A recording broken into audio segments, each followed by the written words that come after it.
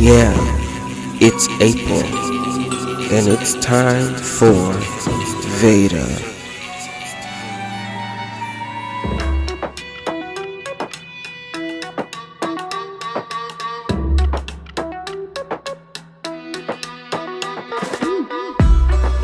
Veda, Veda, Veda.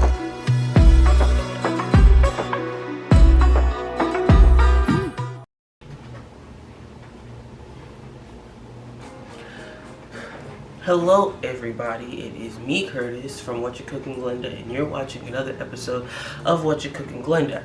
If you want to be a part of the G Squad, all you have to do is click that subscribe button. Make sure you hit the notification bell so that you're updated every time we upload a sanctified video. Now, on today's video, I am going to be making for you a new dish for me, and it's a new dish for everyone in the house. It is bread pudding. We're making dessert bread pudding. Okay, so the ingredients you're going to need for this bread pudding, any sort of bread will do. Any sort of bread. We're using leftover French bread from our local grocery store. You'll need eggs, cinnamon, Mexican vanilla, ground nutmeg, a bunch of measuring stuff, bowls, whisks, a serrated knife, milk, and bread pans. And guess what? It is going to be the bomb, okay? So let's go ahead and get into this video, because this has to bake for a long time and we don't have a bunch of time to waste. Amen. Alright, y'all, so first things first is we are going to be creating our bread. So we're cutting up our bread into just chunks like this, and I'm going to show you how with this half of French bread. If you remember, we had French bread for our catfish po' boys, and we had way too much French bread, so we're using it in some bread pudding. This is like the dessert carne asada, if you think about it, because you dump it in and it's good to go. So what I just did is I cut it in half, and I'm gonna like cut it into fours long ways, okay? And then take it, turn it horizontally, and then I'm just gonna cut it down like so, like that, like so, like that, like so, like that. It doesn't matter the size, just try to make it, you know, even as possible, because you need 12 cups of bread, y'all. 12. I know that's a massive number, but you need 12 cups of bread to fit this one recipe, okay? So we're going to set that bread to the side like we just did, set this off, and start our custard, okay? Alright, y'all, so we're back. So now we're going to make the custard. So what you need for this custard is 6 eggs. I'm using some large eggs or extra large eggs from our grocery store, our local grocery store, and we're going to use 6 of those bad boys.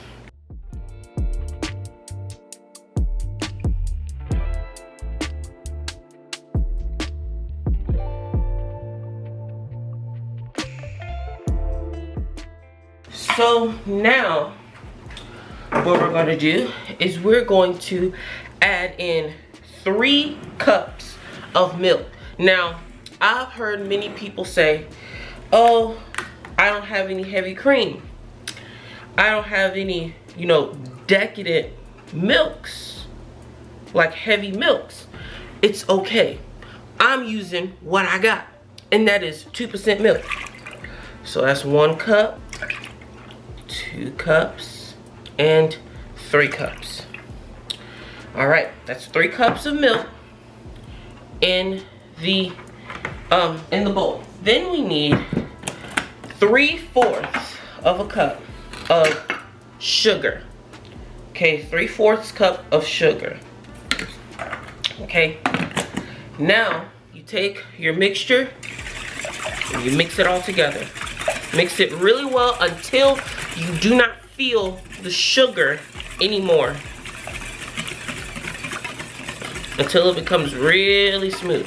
Make sure you break up all those egg yolks in there, because we don't want no yolk in our custard.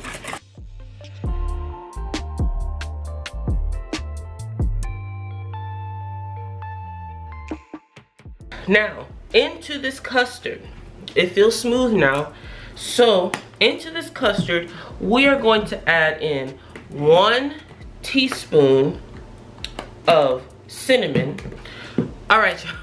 So here's 1 teaspoon of cinnamon, 1.5 teaspoon of vanilla. Now, I said we're using what we have, right?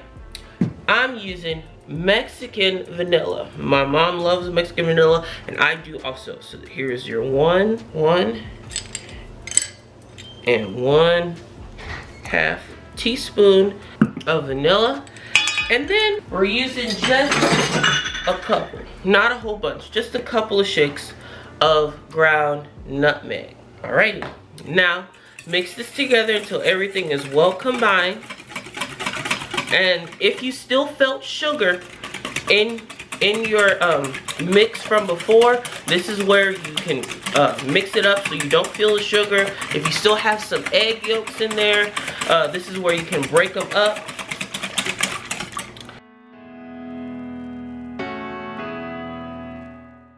Alright, so that's your custard.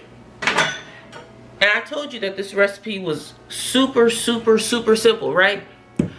We're done, basically. All we have to do is butter our pans, put the bread in there, pour our custard in, and that's it.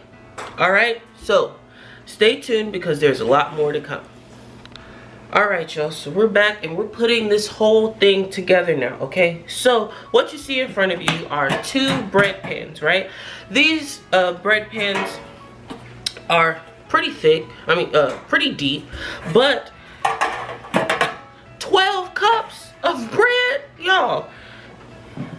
It's gonna take at least 2 of these for 12 cups. We are putting in 1/2 stick of melted butter into this first pan. Not all of it, just about half of a half, and put the other half in. Try to evenly distribute them.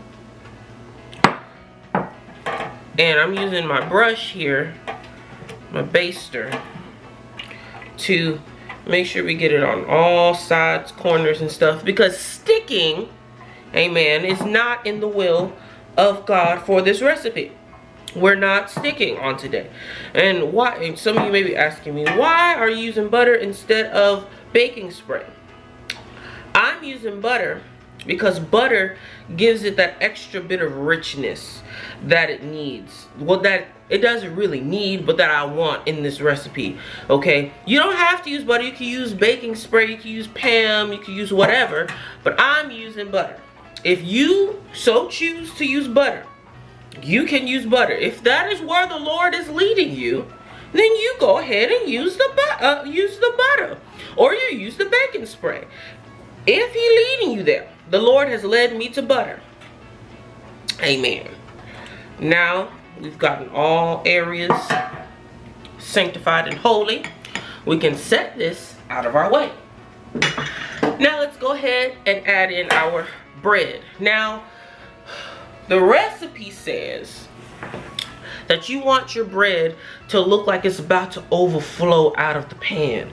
Okay, so you can use an even layer of bread, but I'm going in pretty deep with the bread, y'all. I'm going in pretty heavy-handed on the bread. Now, those of you who have been a part of this channel for a while, you know that I am a bread lover. All of my life, ever since I was an infant, basically, bread has been the staple in my spirit. Like, back in the day, my mom used to give me like a slice of bread for a snack or something, you know, whenever I was able to chew stuff. She'd give me a slice of bread, and what I would do is I would sniff the bread to make sure it was fresh. I would be over there sniffing bread, making sure it was fresh. See, I knew my calculations was right. I needed 2 pans. All right, so this bread has now been stashed inside of these baking pans. Now, I am adding back in the custard, okay? I'm adding in the custard. I'm mixing it around just a little bit. I'm gonna grab me some gloves. All the times I did not have gloves on, y'all, my hands were washed, so don't be over here trying to come for me in the comment section, or even try to come for me on Instagram or wherever else you try to come for me, because the Lord is not pleased with that. Man. So, what we're going to do now is pour our custard into our pans. Into our beautifully greased and buttered pans. Okay? We're going to pour in about half and half. Now, a lot of chefs would say that you can use it's best to use egg-based bread, like brioche, and there's some others, egg-based breads. They're a little yellow in color, and I'm just evenly distributing this, y'all, and they soak up bread better. Also, day-old bread soaks it up good too. So we have officially poured out our entire custard. Now, what else are we gonna do with this?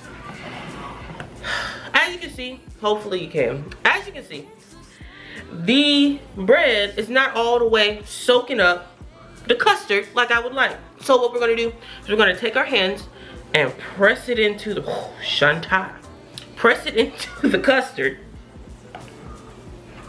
I'm gonna press it into the custard to make sure that all the bread begins to soak up, amen, the goodness and the mercy that is within the custard.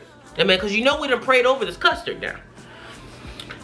Then we're gonna let it set. We're gonna let it set for 20 minutes before putting it in our preheated 350-degree oven for 1 hour. Okay? So I'm gonna say it again, because y'all ain't gonna be coming for me in the comment section telling me, oh, I didn't get the directions. I'll say it again for your remembrance. Let it set for 20 minutes. Then put it into your preheated 350-degree oven for 1 hour. Okay, for 1 hour. 1 hour. Okay? If you put it in there for 30 minutes, then there's something wrong. Keep in mind, these are raw eggs that's in here. Okay? You will sure enough get food poisoning, salmonella, and all that stuff. You sure enough will be sick. So do not try to come for me, telling me, oh, I was following recipe. You didn't follow the recipe. 1 hour. Okay? Set out for 20. In the oven for 1 hour. 350. Alright, y'all. So we're back. The timer is done. About to be done. You'll hear it beeping. 3, 2, 1. There it is. Our timer is finished for our bread pudding to soak.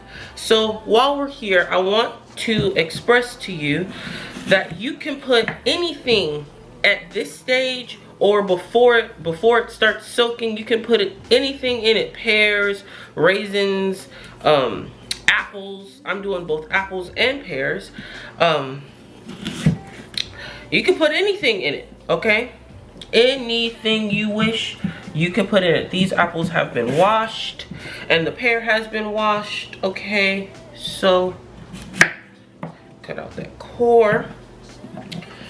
And I'm just gonna put apples on one and pears on the other. We're not gonna do, too bad, just enough. We're just gonna cut it down I want to do like a little design on them. That's what I'm going for.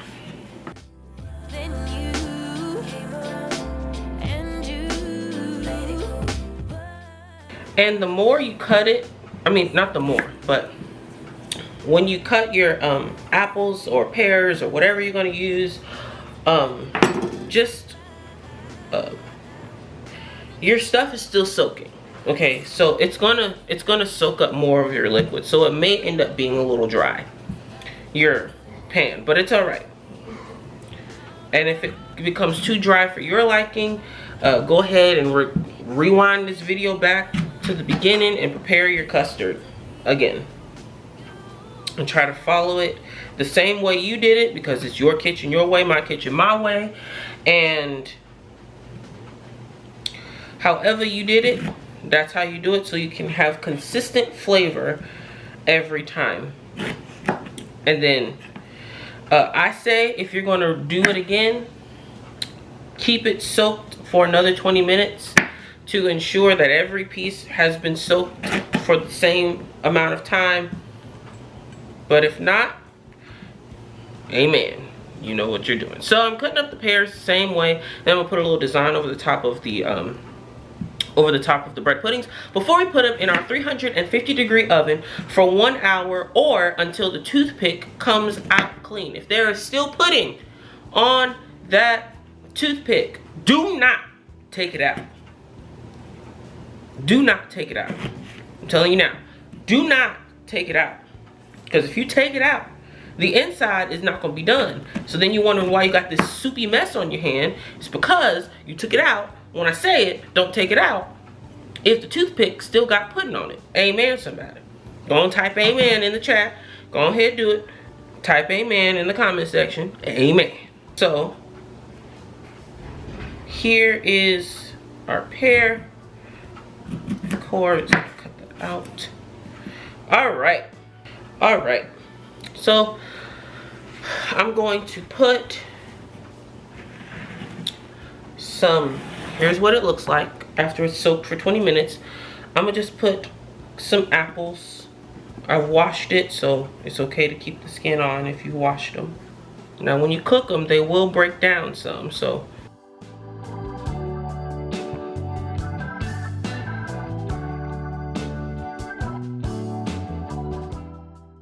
So 350 degrees for both into the oven for 1 hour. If you are setting a timer on your microwave and your microwave only does minutes, if you don't know what 1 hour is in minutes, it is 60 minutes.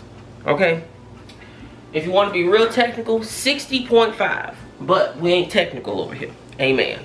So I like to be safe. Better safe than sorry. So I'm putting them on a baking sheet, on a cookie sheet. I like to be safe, so put it on a cookie sheet if you wish. If you don't wish, then don't do it. Up to you. Nobody's stopping you. Okay, so I'm putting these in the oven, 350 degrees, 1 hour, or until the toothpick comes out clean. Okay, if it is past 1 hour, if 1 hour has finished and your stuff is still not done being cooked, do not take it out of the oven. Amen. Amen. 1 hour on the timer, and we'll be back with the finished result. Alright, y'all, it has been 1 hour, and I checked the bread pudding, and the knife comes out clean in both. So guess what? We about to take it out and taste it. Keep in mind we added these apples over the top, so I'm gonna just move them out the way. We don't need them. Ooh. Feels really nice cutting into it. But like I said before, you can use any bread. It's recommended that you use an egg-based bread, like brioche. But you can use any bread. Look at that. Look at how pretty that is. Ooh, and it's still, can y'all see the steam? Can y'all see the steam on it? It's just like, I know it's just fresh out the oven, but still, some things that be fresh out the oven and steaming. But anyway, so let's taste this. I'm gonna have to blow it so I don't kill my throat. My tongue. All right, y'all, so let's taste this bread pudding. Ooh, make sure y'all can see. Can you see it? Oh, do you see the steam? Praise Jesus. All right, let's taste it, because my battery's low.